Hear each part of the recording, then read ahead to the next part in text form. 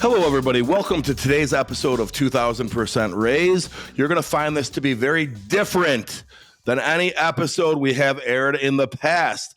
The reason is the show comes out every Monday, and all us podcasters watch our first 7 day statistics. So how many downloads in those first 7 days? Well, this is coming out Monday, December 26th, and I kind of feel like it would be a disservice to any future guests on the show if they were coming out that week, because I know a lot of you listen on the way to work or just your regular routine's not intact. So I'm going to just interview myself on this show. It's going to be a little bit shorter than usual, but I'm going to answer a few questions that I've had, whether it be from social media or whether it be from this podcast itself on, okay, John, where did your money come from in the first place? How did you get to where you're at? How are you at your age and retired? Where did all of this come from? And I sprinkle it in on the show, you know. We're 14 episodes in now, and I sprinkle it in the show, but I don't, get in depth on it. And if you've ever seen me interviewed on somebody else's podcast, I definitely do touch on it a bit. So it's just a little, people are tuning in, and you might not know my story. And I think it's a pretty cool one, and it'll teach you a thing or two about selling a business and how it could go better than it expected. I personally feel like when I sold my company, it could be a case study on how selling to private equity, could be an awesome thing. And really that's what unfolded for me. And I'm going to kind of walk you through that. I will say though, I have all these show notes here of bullet points I was going to speak to. And I talked to my lawyer, who's at a pretty big firm in Chicago. It's a national firm. And I won't say his name, but Ray, let's call him Ray from the Chi. He goes, yeah, you can't say 90% of that shit, John. Now, it was all positive stuff geared towards my former employer, geared towards the company that bought mine. But it did get into some details that I guess I'm not really supposed to share. And anyway, we don't have to get into the legal thing of why. But I'm going to still go through these notes and just kind of change some things up verbiage-wise, or maybe be a little bit more vague than I had originally intended to as I go through this. So let's just start going back to 2005. I had worked at a company called Arthur J. Gallagher, which is an insurance giant. All right. They're insurance brokerage, corporate insurance. They were one of the big dogs, I think third or fourth largest in the world, right up there with Aon, Marsh, and Willis is another one, like the Willis Tower in Chicago. That's what I always tell people. What do you do? We're like Willis. You ever heard of the Willis Tower? That's what I would say that I did when I started my company. And people ask me what I freaking do for a living. They don't understand it. So I left Gallagher and started working at Northwest Comprehensive, which is my company that I founded. I gave myself a 2,000% raise. Gallagher wouldn't give me the raise I had wanted, and rightfully so. It was probably too much for a 27-year-old to be asking for back then. And I just transitioned and went to go work for myself instead, which was a big move. It was a really big move. It was tough. I was making good money. I was making into the six figures. I had an office.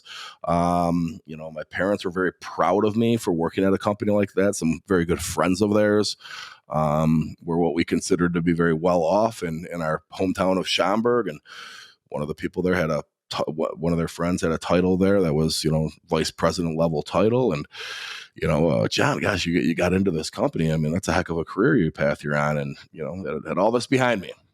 So I really shocked the world a little bit, in my little world, at least, with making that move to leave and going on my own. And I swear when I told my parents, I might have given them both heart attacks, which is a bad joke. I need to stop saying, because years later they both actually passed from heart attacks. So maybe I shouldn't say I gave my parents heart attacks. It's a little confusing.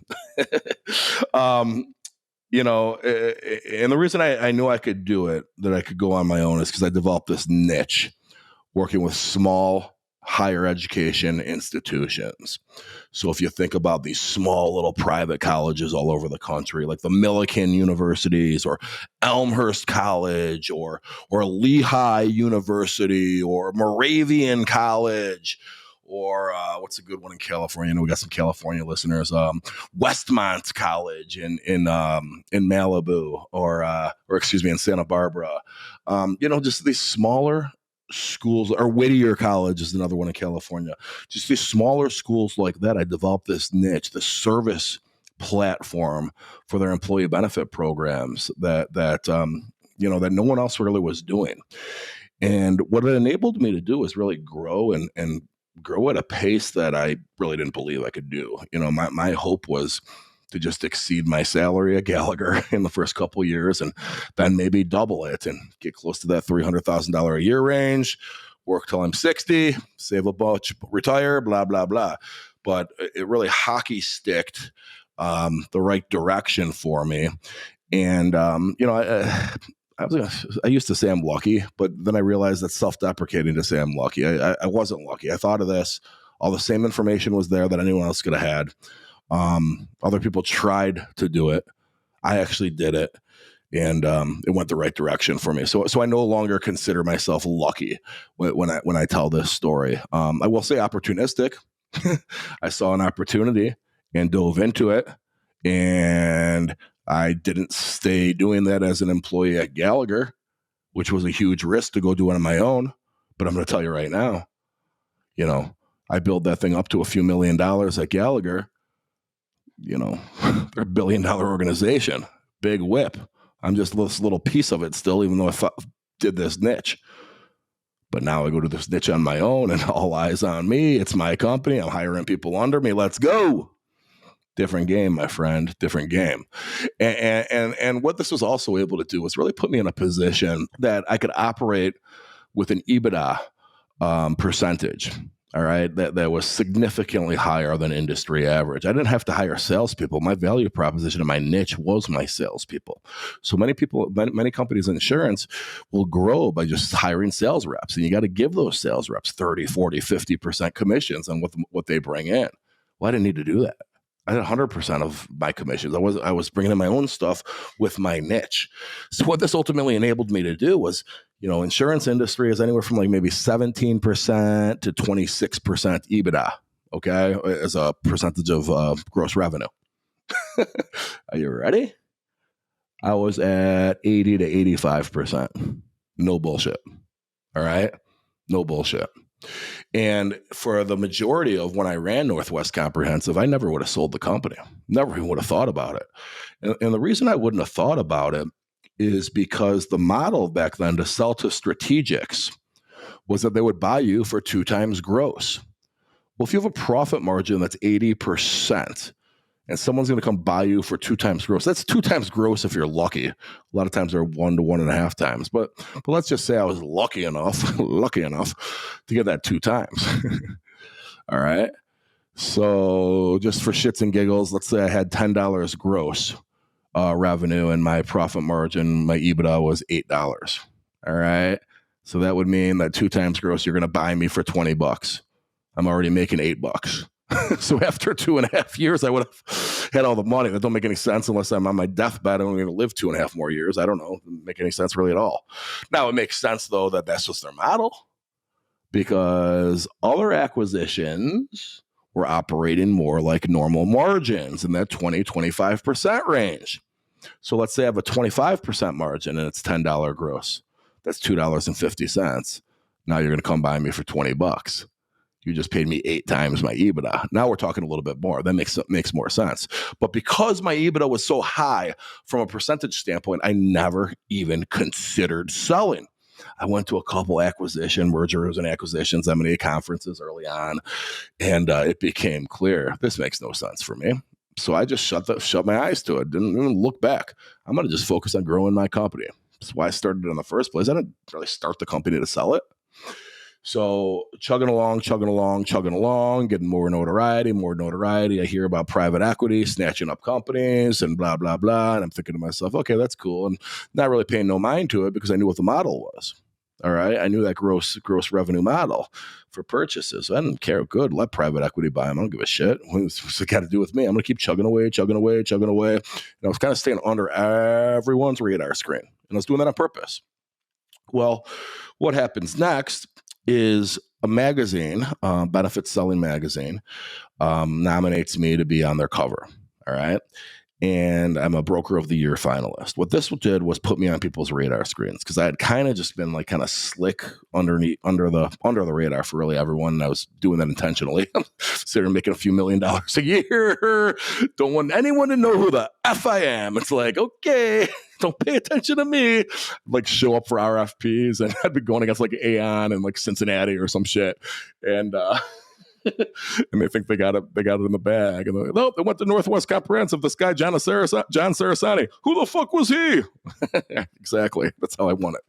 And then they would never see me in Cincinnati again or bump into me again because I was focused on the industry, not on the geography.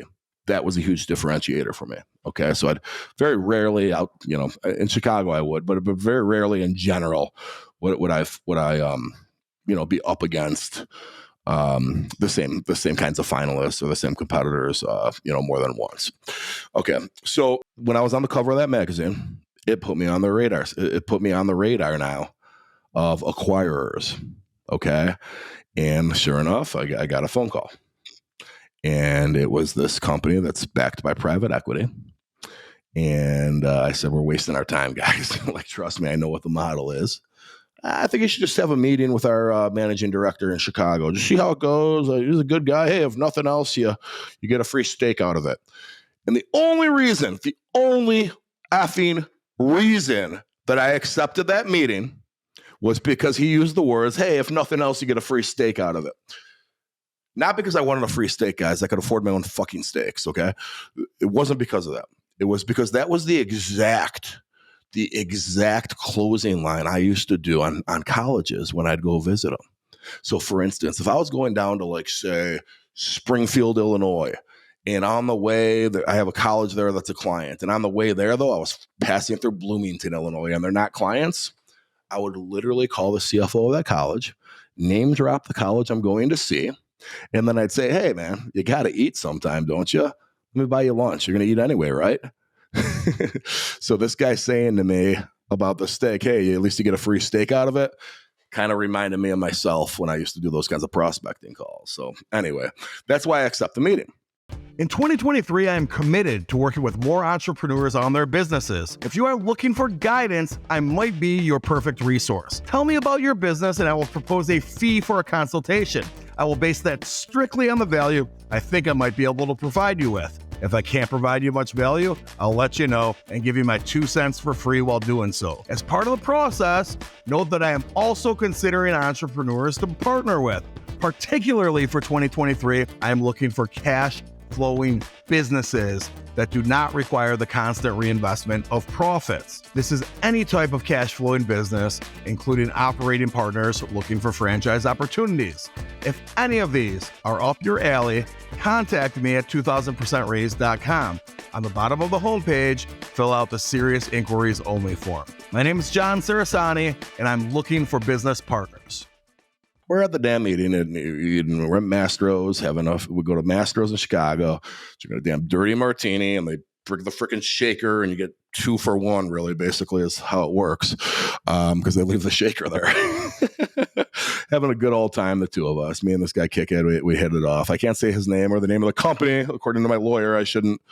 Ray from The Chi can't say shit, but anyway, good dude. Got along. He ran Chicago, and ultimately, he starts telling me what their formula is, and he starts talking about how they pay a multiple of EBITDA, and just let's call it high single-digit multiple of EBITDA, or maybe we call it low double digits. I'm being vague there intentionally. Okay, so I'm like thinking to myself, this fucking moron like has no idea that my EBITDA is running 80% plus. He has no effing idea. There's no way on this planet Earth. I think we're on Earth, right? There's no way he's gonna that they could buy this. And he's just the guy running Chicago. He doesn't know what the hell he's talking about.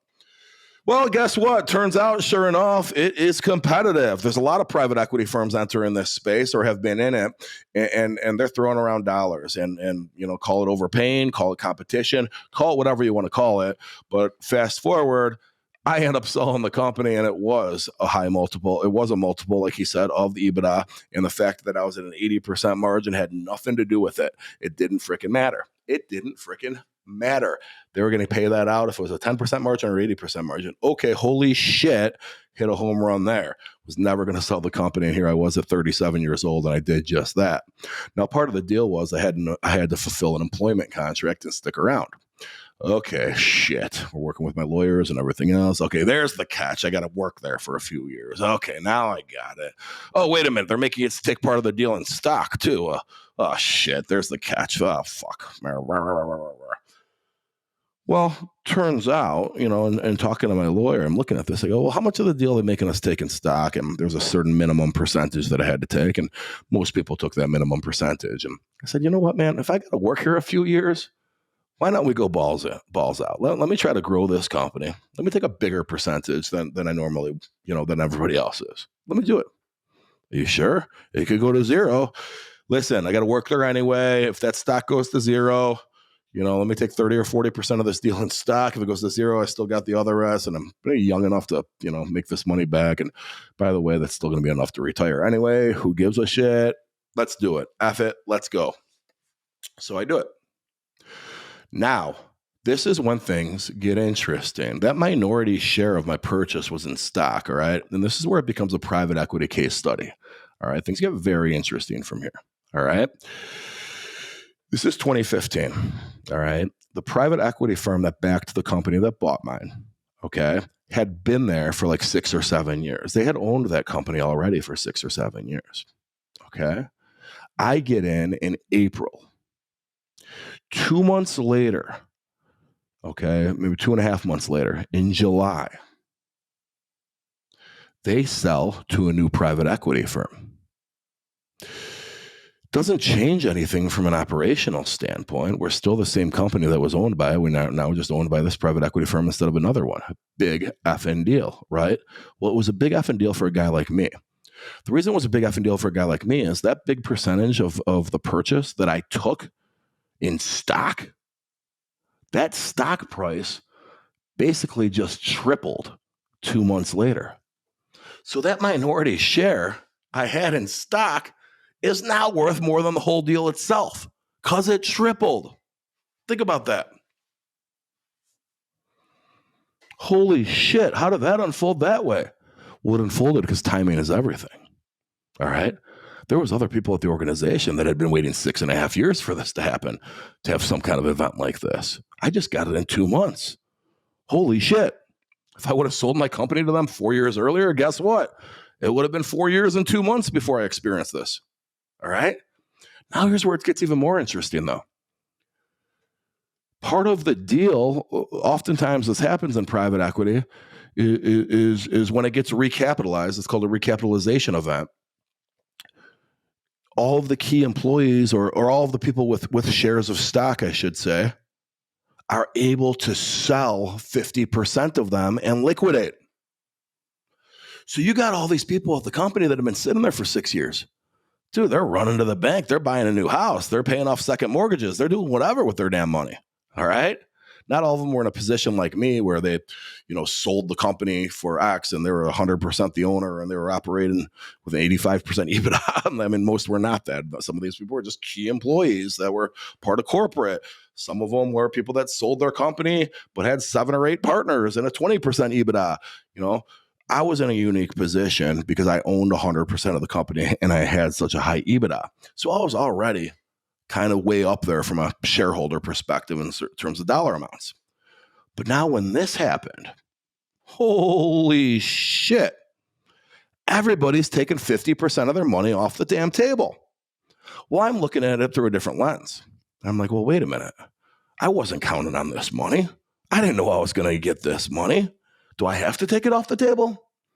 CFO goes, well, no, of course you don't. You just can't take more than 50% because that's part of our deal with the new private equity firm. Okay, that makes sense, but shit, do I want to? Now, I go talk to my lawyer about it. He's still in the mix, and it's a good friend of mine, Ray. And, he thinks like a lawyer. Okay. A bird in the hand's better than two in the bush. You know what I mean? And he goes, dude, fucking take the money.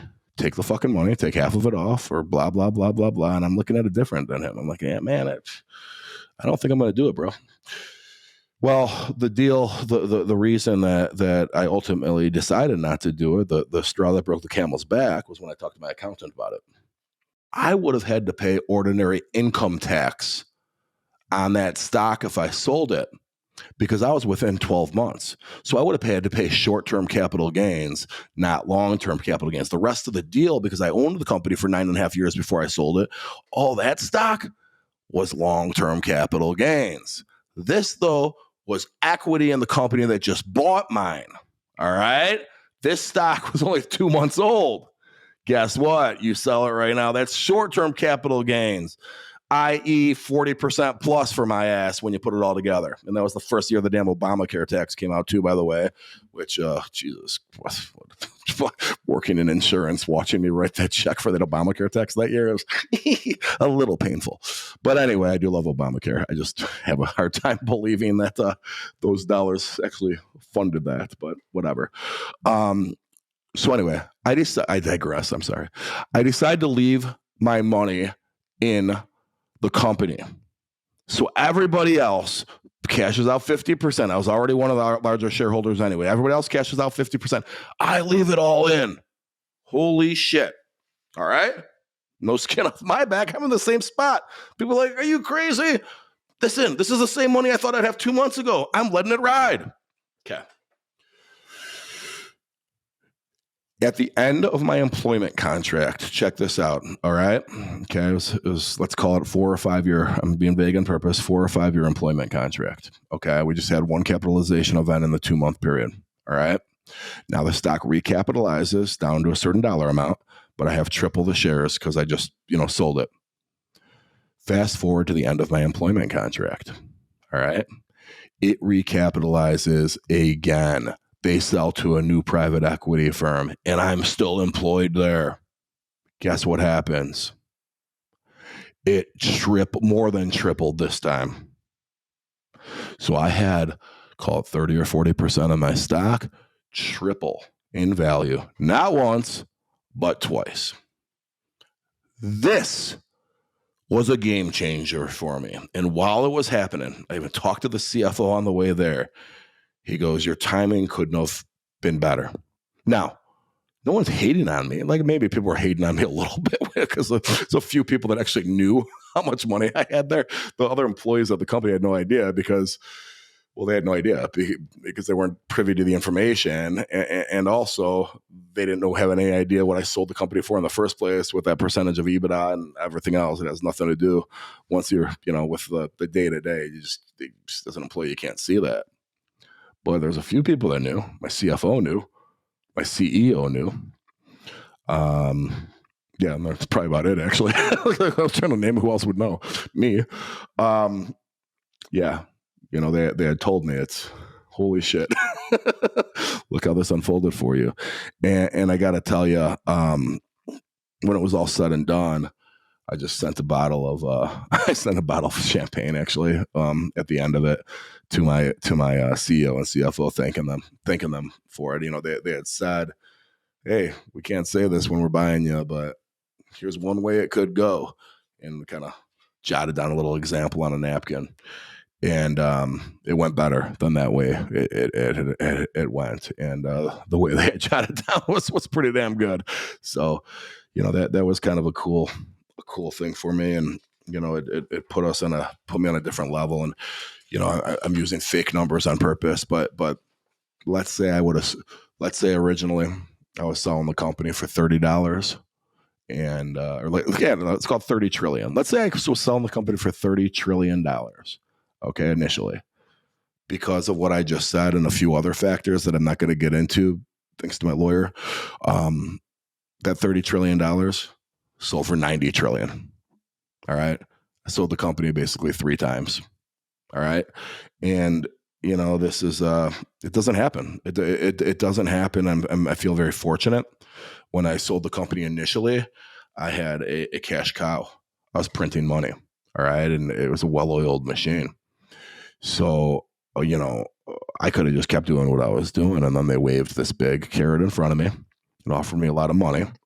And I did the math. I was like, okay, if that stock never goes up a penny, here's the math. And I'm going to be pretty set. I'm just some dude, 37-year-old dude from, Schaumburg. And, here we go. You know what I mean? It's like, like a bird in a hand, better than two in a bush. I was thinking that at that point. Okay, this is the offer. Take it. And I did just that. And so I guess my point is, by the time I'm in my early 40s, when my employment contract and everything else is done, if that stock hadn't gone up a penny, I would have been in good shape, never to, have to do anything more in life, as far as work. And instead it tripled. So now it really put me on a different, stratosphere that I didn't plan to be in. There's plenty of people with a lot more money than me out there. But I got to tell you, I look back at that job at Arthur J. Gallagher. And if I didn't have the balls to quit that job and give myself that 2,000% raise and build equity in myself, that took some balls to damn do. All right. None of this ever would have happened. Not only would it never have had happened, I wouldn't even have known it existed. I wouldn't even have known the damn possibilities. All right. So anyhow, I love the audience listening. Thank you guys for being supporters. This is the end of 2022 right now when this is coming out on Christmas. Merry Christmas, everybody. I'm going to continue to thank all of you for doing things like giving us ratings, giving us positive comments on Spotify and Apple. Thank you so much. Please subscribe to the YouTube channel. We don't get as much traction on YouTube as I think we should. So that's John Sarasani's 2,000% Raise is the YouTube channel.